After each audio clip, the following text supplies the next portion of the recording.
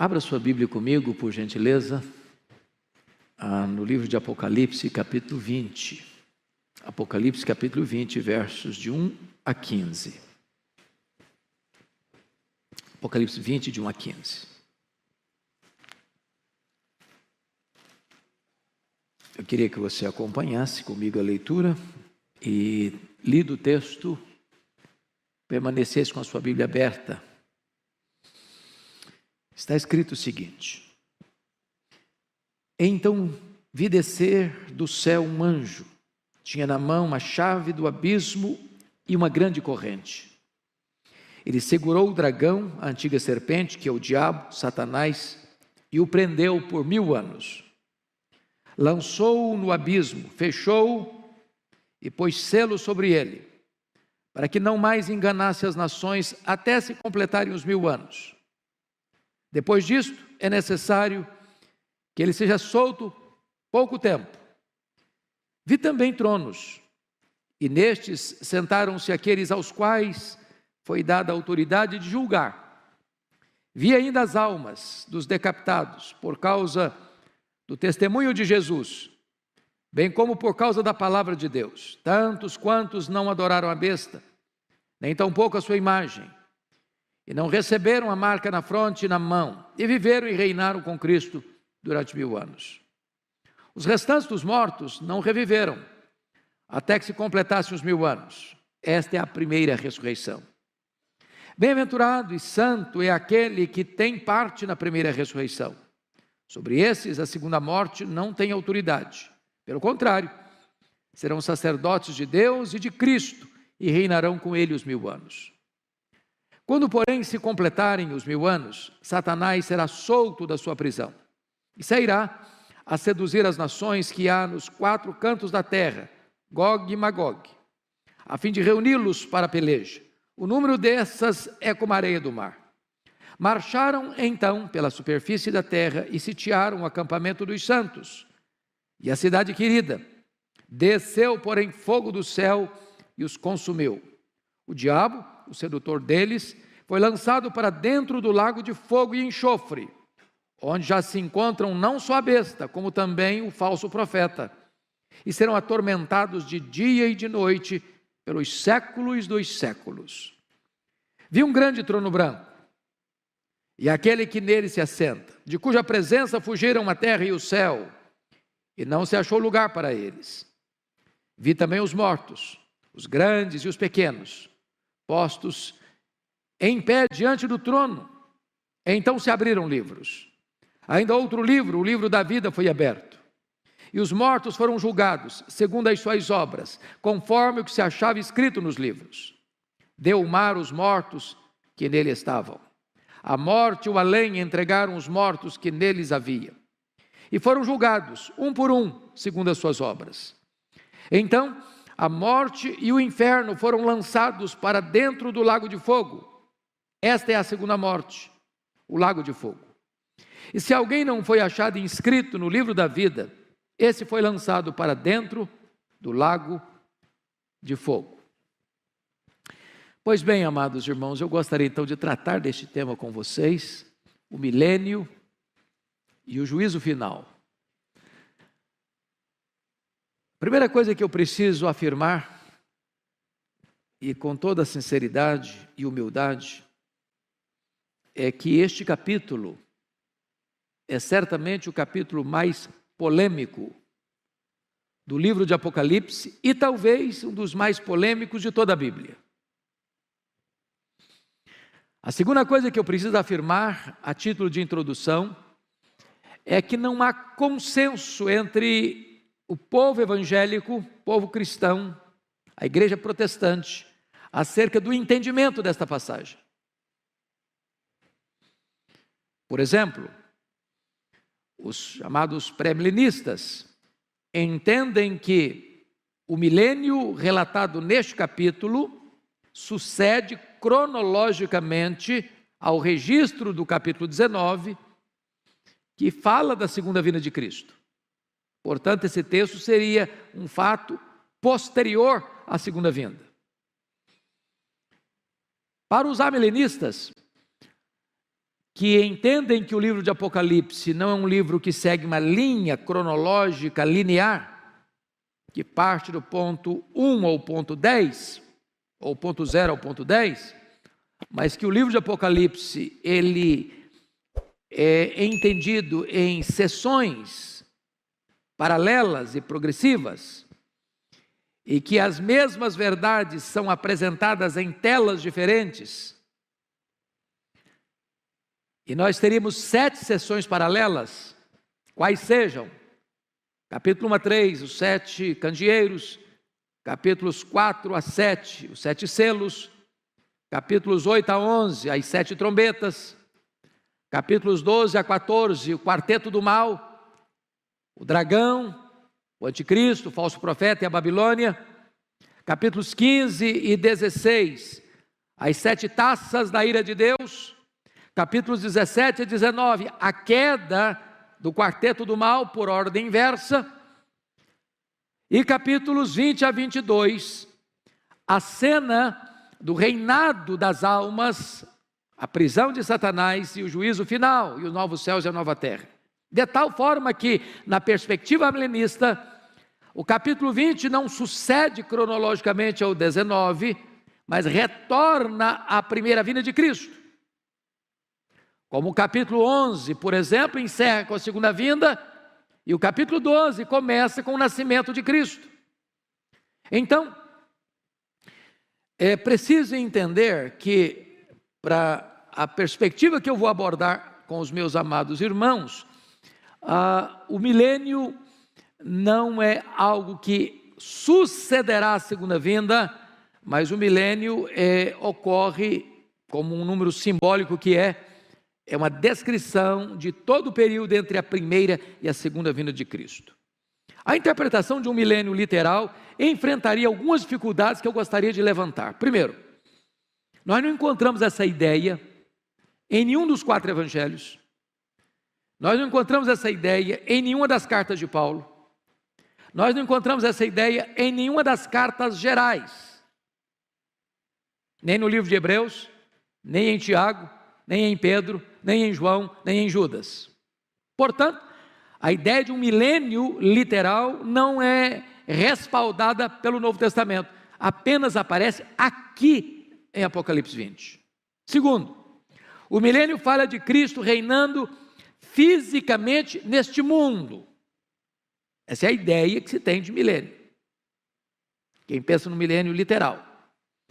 Mas a Bíblia toda nos informa que o reino de Cristo não é político, não é físico, não é terrenal, mas é um reino espiritual. O meu reino não é deste mundo, disse Jesus.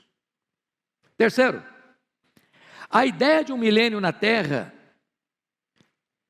restabelece a ideia da preeminência dos judeus e reintroduz aquela distinção entre judeus, Israel e igreja. E parece-nos que é muito claro isso, e está posto isso lá em Efésios capítulo 2, que agora não tem mais essa distinção entre Israel e igreja. O Senhor Jesus só tem uma noiva, só tem uma igreja, só tem um rebanho, só tem um corpo. Ele é formado de judeus e gentios. Então não tem essa ideia de restabelecer Israel, como se a igreja fosse apenas um parênteses na história. Quarto, a ideia do milênio terrenal ensina que haverá pelo menos 2 ressurreições. Uma de crentes antes do milênio e a outra de ímpios depois do milênio. E parece-nos que está absolutamente claro na Bíblia que a ressurreição é única, de crentes e descrentes. Porque está posto lá em João 5, 28 e 29, que os mortos ouvirão a sua voz e sairão dos túmulos, uns para a ressurreição da vida, outros para a ressurreição do juízo. Quando isso se dará? Na segunda vinda de Cristo. E Paulo diz isso: quando ele vier os mortos em Cristo ressuscitarão primeiro, não primeiro em relação aos outros mortos, mas primeiro em relação aos que estiverem vivos. Então a ressurreição é única e se dará na segunda vinda de Cristo. Quinto, a ideia do milênio cria a grande dificuldade da convivência de Cristo glorificado e santos glorificados convivendo com gente não glorificada. Pense você com um corpo de glória, enfrentando gente indo para o banco, indo no supermercado, enfrentando o trânsito de São Paulo. É complicado. É um anticlímax. Difícil de entender isso. Sexto, como conceber a ideia de que as nações, estando sob o reinado de Cristo durante 1000 anos, de repente se rebelam contra Ele, para declarar guerra contra Ele? É outra situação adversa, para aceitar essa ideia de um milênio literal. E finalmente, todo o ensino do Novo Testamento é que o juízo é universal e seguirá imediatamente à segunda vinda de Cristo. Ele virá, se assentará no trono da sua glória e julgará as nações. Então, o juízo final não se dará 1000 anos depois que ele voltar, mas imediatamente na volta dele. Bom, eu gostaria então, dito isto, de entrar na exposição do texto. E peço que você, com a Bíblia aberta, me acompanhe, porque eu quero tratar de quatro quadros distintos aqui. Primeiro, a prisão de Satanás, dos versos 1 a 3. O que significa a prisão de Satanás? Pois bem, amados, a Bíblia fala, lá em Apocalipse capítulo 1, capítulo 9, versículo 1, capítulo 9, versículo 11, capítulo 11, versículo 7, e nesse texto, que existe um poço do abismo, e que esse poço tem uma tampa, e que esse poço pode ser aberto, e que esse poço pode ser fechado, e que esse poço pode ser selado. É o que está escrito aí. Vi descer do céu um anjo, tinha na mão a chave do abismo e uma grande corrente, segurou o dragão, a antiga serpente, que é o diabo, Satanás, e o prendeu por 1000 anos, lançou no abismo, fechou e pôs selo. Agora preste atenção comigo. Esta é uma linguagem, meus irmãos, simbólica.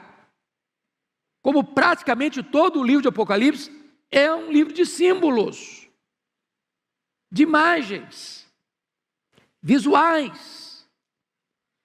Você não pode pensar numa besta, por exemplo, com 7 cabeças e 10 chifres. Desenha isso, veja o que vira.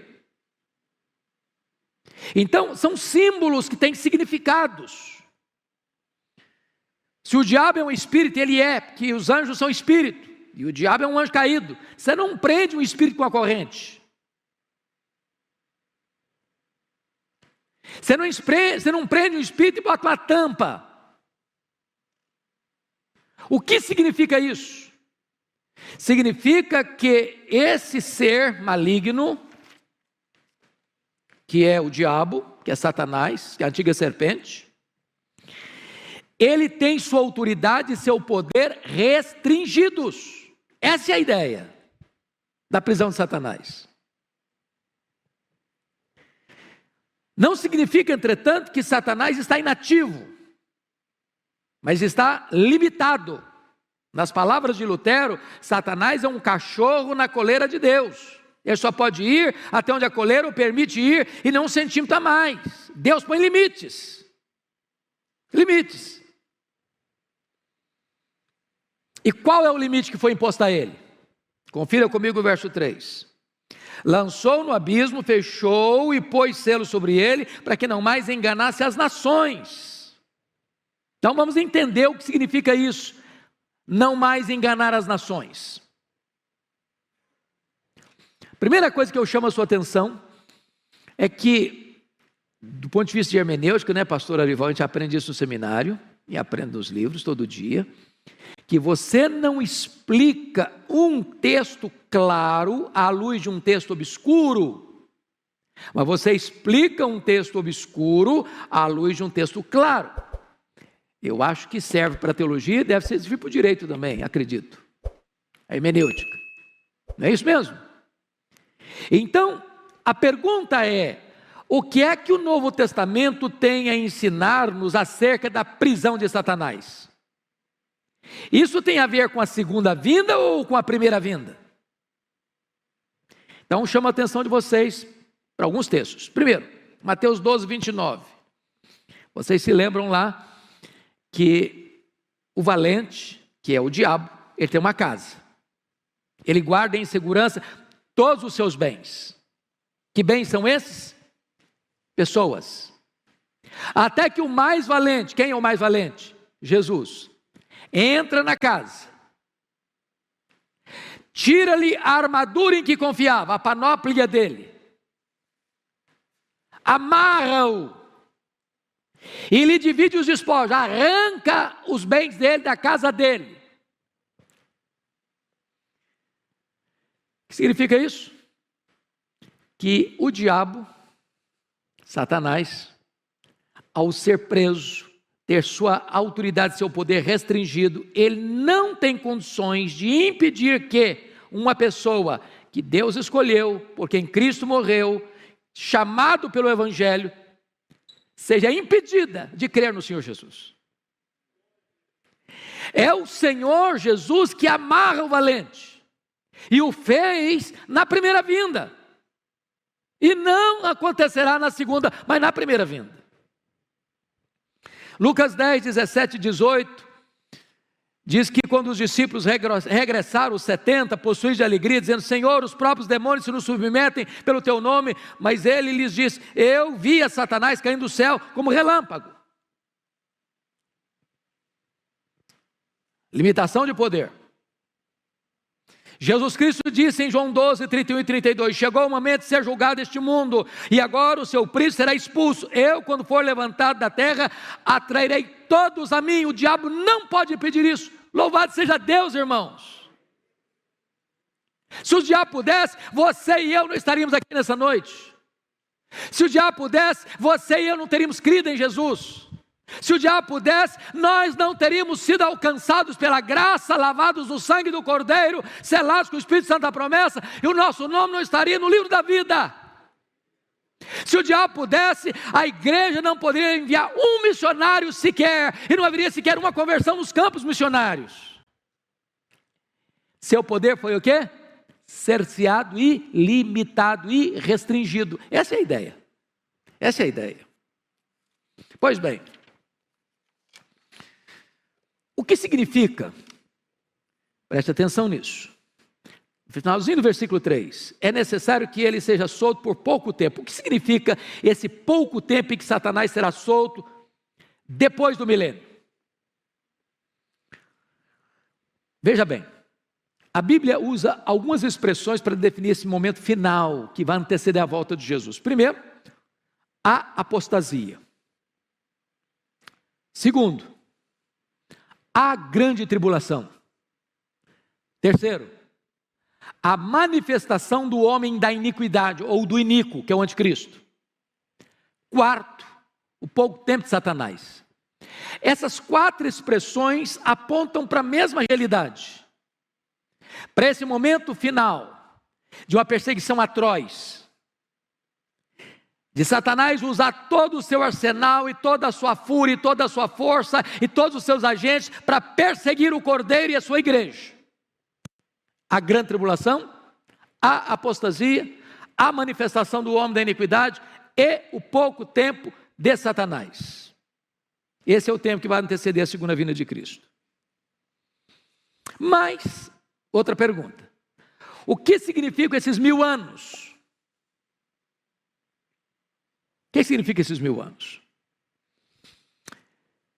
Como todo o texto é simbólico, por exemplo, o abismo, o poço, a corrente, a prisão, o selo que tampa o poço, o milênio também é uma linguagem simbólica.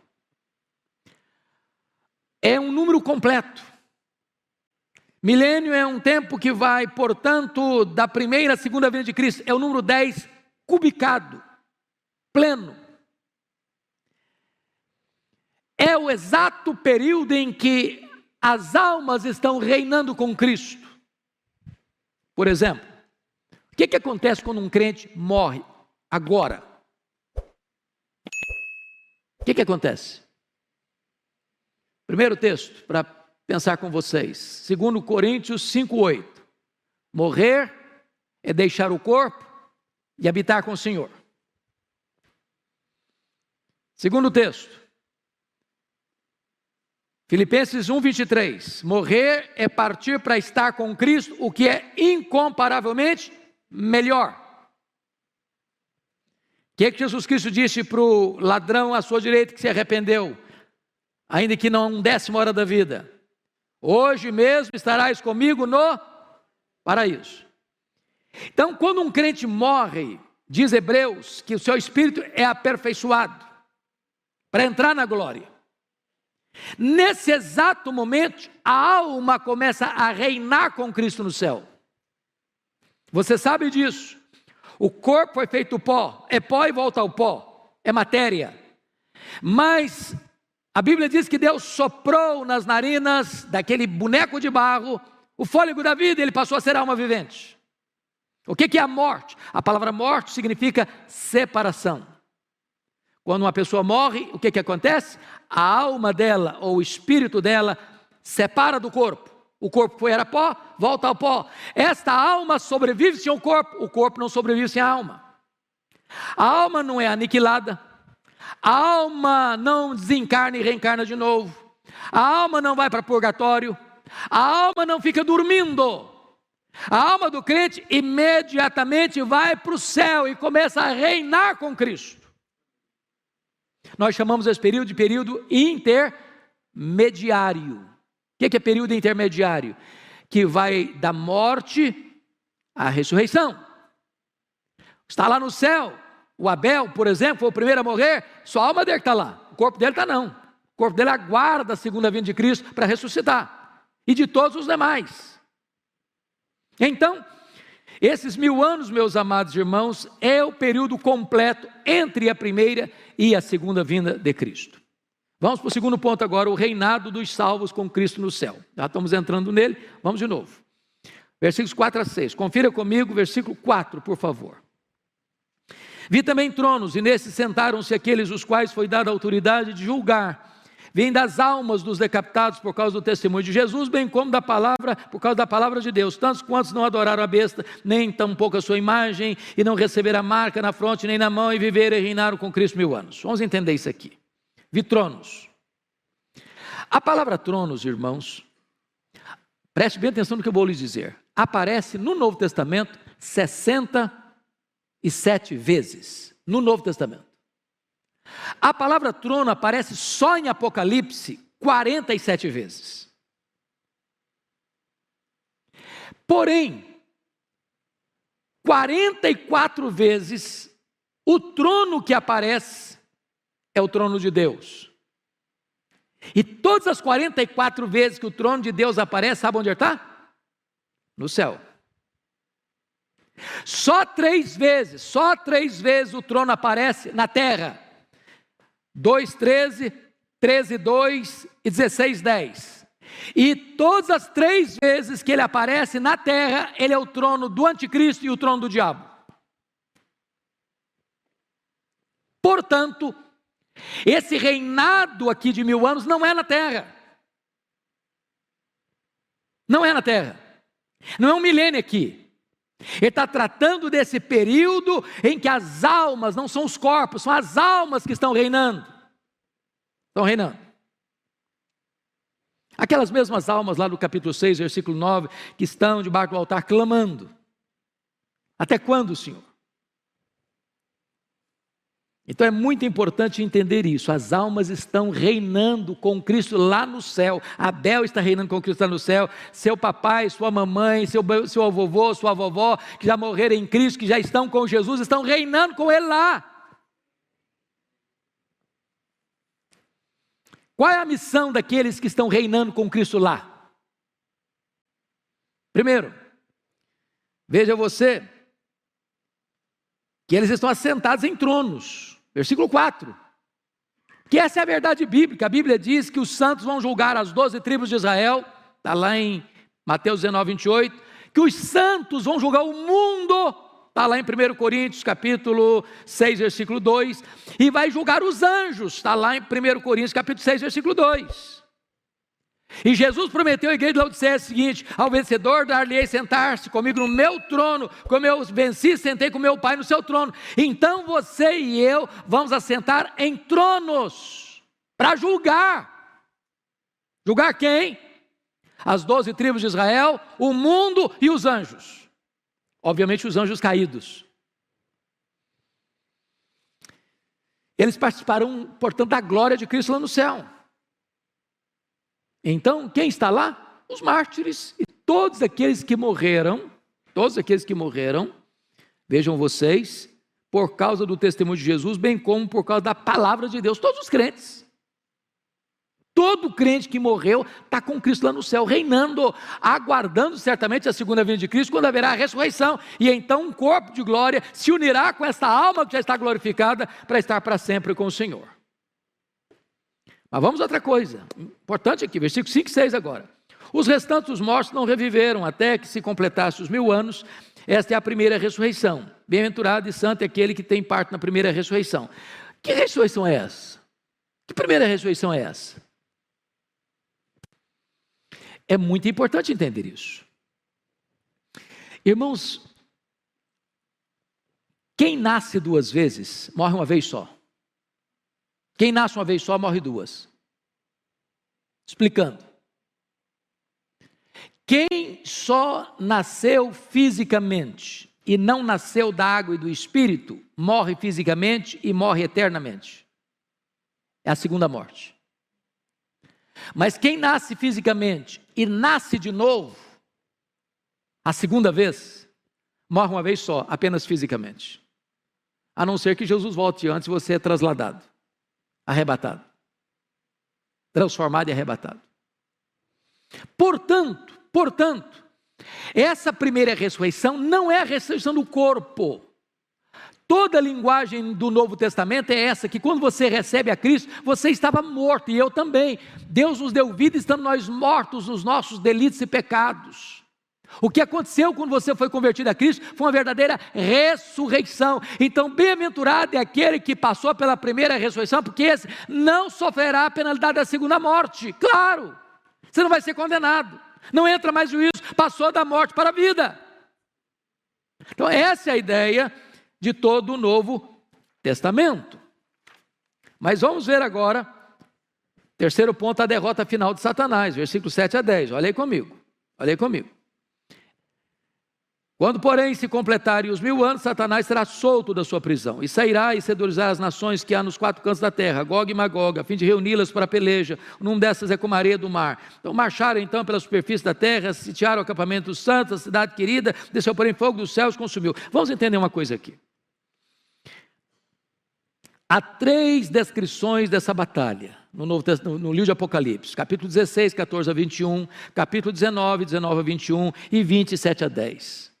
Não são 3 guerras diferentes, é a mesma guerra, é a guerra do Armagedon, é a guerra final.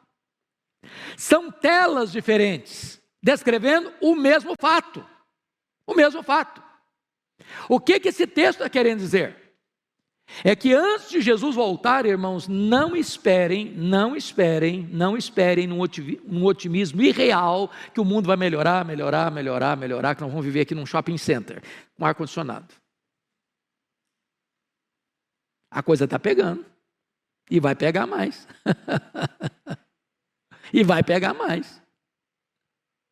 Espera tempo fácil não. Por outro lado, nós não podemos ter um pessimismo negativo, doentio, sabe por quê? Porque a vitória já está garantida. E já está garantida. Irmãos, o final da história já está escrito.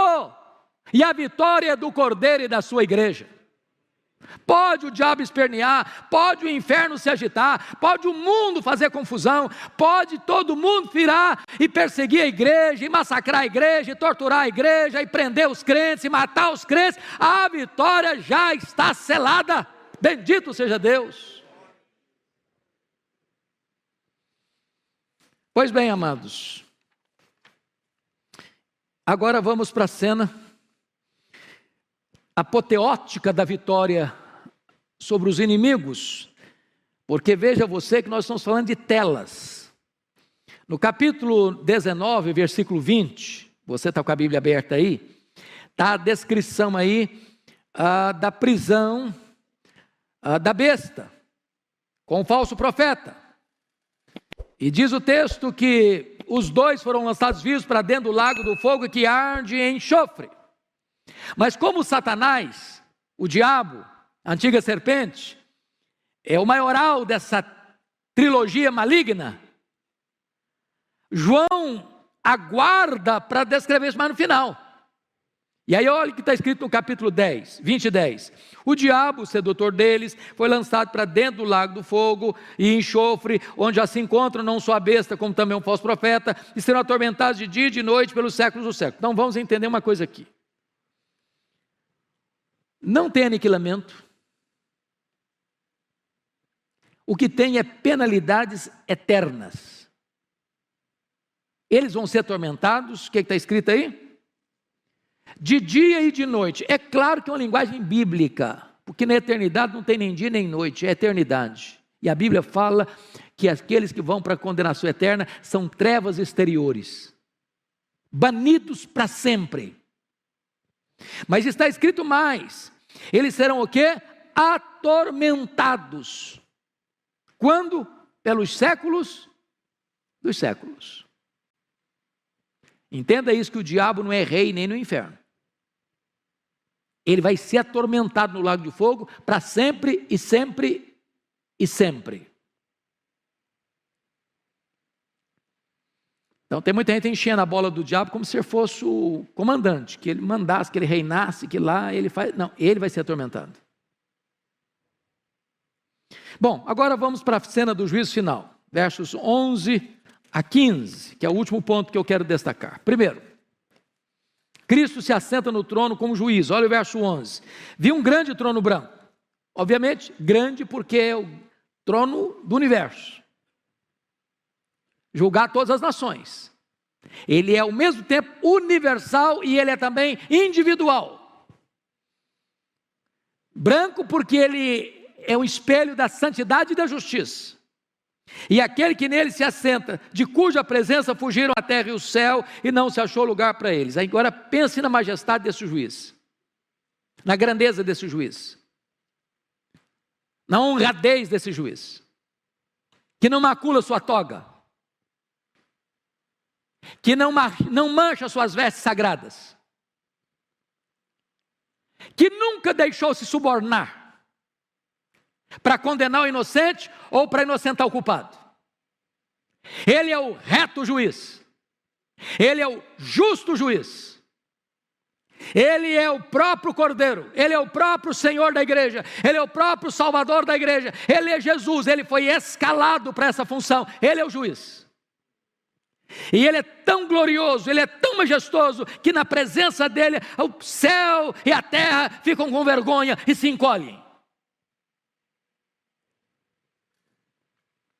Segundo lugar, os mortos ressuscitam para o julgamento. Olha versos 12 a 14. Vi também os mortos, os grandes e os pequenos, postos em pé diante do trono.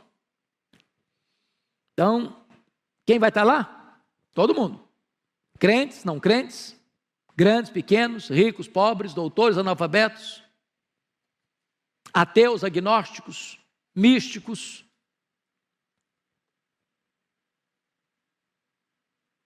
filósofos, pensadores, religiosos, todos estarão lá, de pé, para escutar a sentença. Que mais? Confira comigo. Então se abriram livros, E ainda outro livro, o livro da vida foi aberto, e os mortos foram julgados segundo as suas obras, conforme o que se acha escrito no livro. Então, vamos entender isso aqui, meus irmãos, vamos entender isso aqui. É universal, mas é individual. Cada um vai ser julgado com justiça, porque é o que estiver escrito nos livros. Não vai ter invencionice lá, não vai ter acusação falsa lá, não vai ter, não, mas não é bem assim, não foi isso que aconteceu. Está escrito. Está escrito. O que está escrito? O que está registrado lá nesses livros que vão ser abertos? Primeiro, as nossas palavras.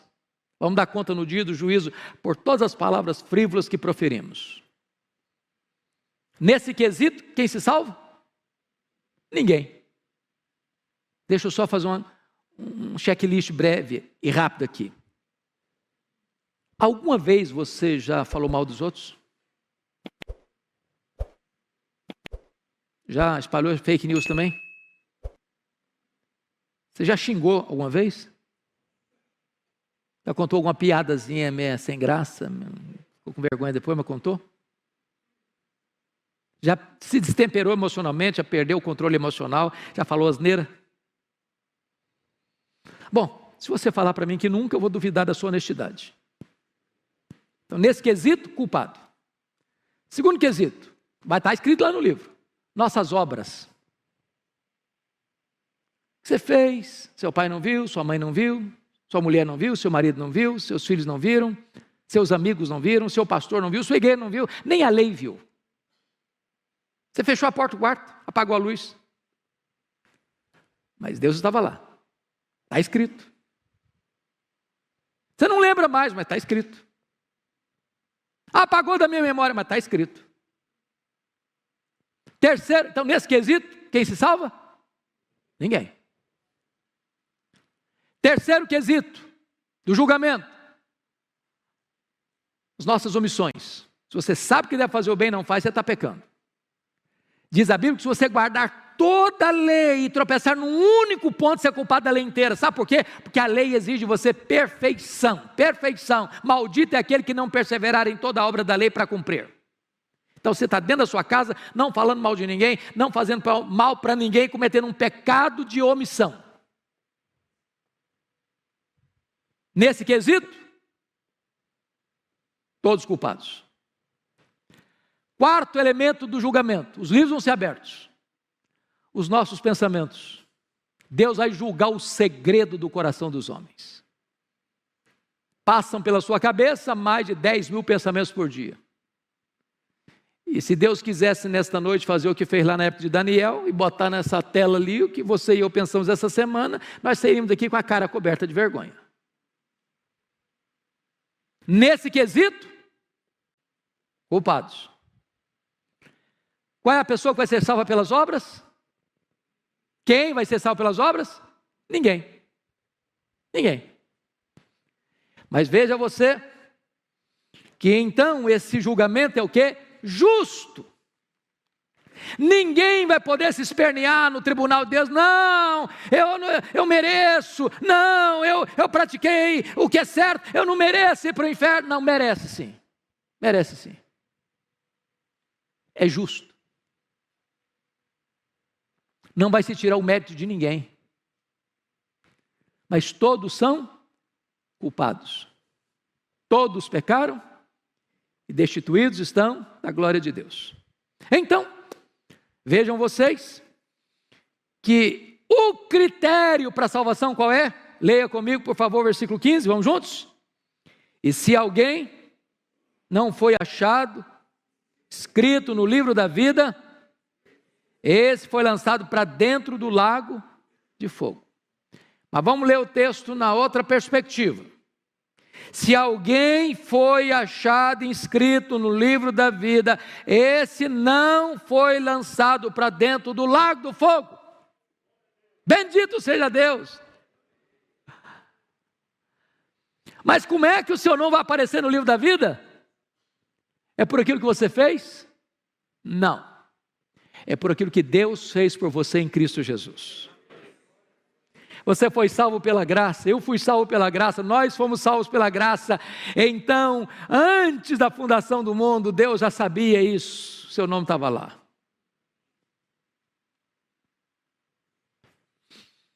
E aí você, em vez de ser lançado no lago do fogo, você vai ser convidado para as bodas do Cordeiro. Vai entrar para uma festa que nunca mais vai acabar.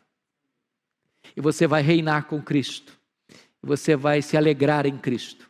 Você vai conhecer a Cristo. Você vai fruir a presença de Cristo. E você vai desfrutar da bem-aventurança eterna. Mas eu quero concluir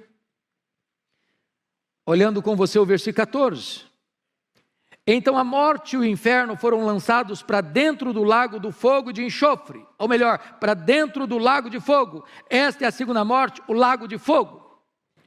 Como é que você vai entender isso? A morte é o estado, e o Hades e o inferno, ou Hades, é o lugar. A morte é o estado, o Hades, o inferno, é o lugar. A Bíblia diz que a morte é o último inimigo a ser vencido. E o inferno aqui, que é Hades, preste bem atenção nisso, é exatamente o lugar onde os ímpios são atormentados no estado intermediário. Lembra lá da parábola que Jesus contou, Lucas 16? E o rico, no inferno, estando em tormento, clamou: Pai Abraão, manda Lázaro que molhe o dedo em água e bota aqui na minha língua para refrescar-me. Depois da segunda vinda e do juízo, não haverá mais separação entre corpo e alma, nem no céu, nem no inferno. E a vitória de Cristo sobre os seus inimigos será completa e final. Quem vai estar lá? 19 e 20, o anticristo e o falso profeta. 20 e 10, quem vai estar lá? O diabo. Quem vai estar lá? 20 e 14, a morte e o inferno. Quem vai estar lá? Finalmente, 20 e 15, todo aquele cujo nome não está escrito no livro da vida. Os que não creram. A próxima cena do juízo é esta: de novo céu e nova terra, os quais habita a justiça. Tabernáculo de Deus vem habitar com o povo, com o seu povo, e nós estaremos para sempre com o Senhor, desfrutando das bem-aventuranças eternas. Irmãos, a palavra de Deus é tão linda, é tão rica, é tão majestosa, é tão consoladora para o nosso coração. E eu queria concluir hoje com uma pergunta, muito solene, e a pergunta é esta: você que está aqui hoje, que veio aqui hoje, você está preparado para este grande dia?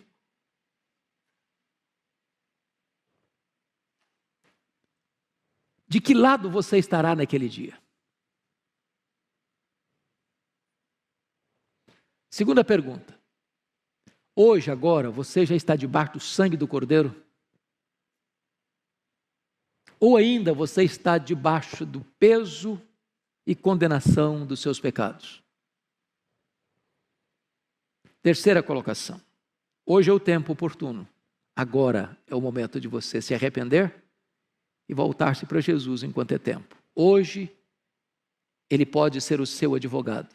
Amanhã, certamente, Ele será o seu juiz. A decisão é sua, intransferivelmente sua.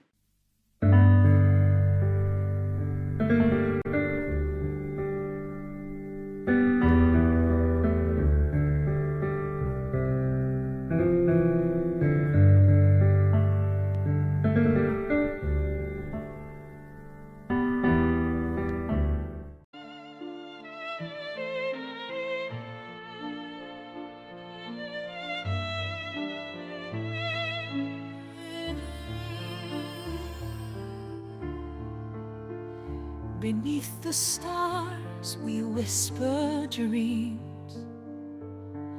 A violin plays soft, it seems. The night unfolds its velvet wings. We dance on air like fancy things.